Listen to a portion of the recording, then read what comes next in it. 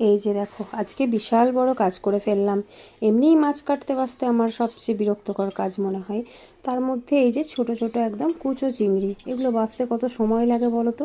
আর কত জঙ্গল ছিল দেখো চিংড়িগুলোর মধ্যে। এই যে বেছে জড়ো করেছি, আর এই একটা একটা করে ধরে ধরে মাছ বাছতে ভাই বিশাল সময় লাগে। আর যেমন তেমনভাবে মাছ বেছে আমি খেতেও পারি না। আর এই যে ছোট ছোট কুচো চিংড়ির মধ্যে এই দুজন কি করছিল দেখো, দুজন রাঘব বোয়াল। আমার মনে হয় এরা এদের রাজ্যের রাজা রানী। তো যাই হোক, অবশেষে মাছগুলো বেছেছি। এখন রান্নার পালা। ছেলে বলেছে মোচা চিংড়ি খাবে, আর আমার ইচ্ছা আছে একটু ফুলকপি চিংড়ি বানাবো। তো এই যে মাছ বেছে নিয়েছি, এবার ধুয়ে তারপর রান্নায় যাব। কী আর করবো, এই মাছ বাছতেই একবেলা পেরিয়ে গেল। আর যাদের ব্যাক পেন আছে তাদের জন্য তো মহা ওষুধ হচ্ছে ব্যাক পেন বাড়ানোর এইসব কাজ। কিন্তু কি করা যাবে, খেতে ভালোবাসি তাই করতেই হবে, কিছু করার নেই।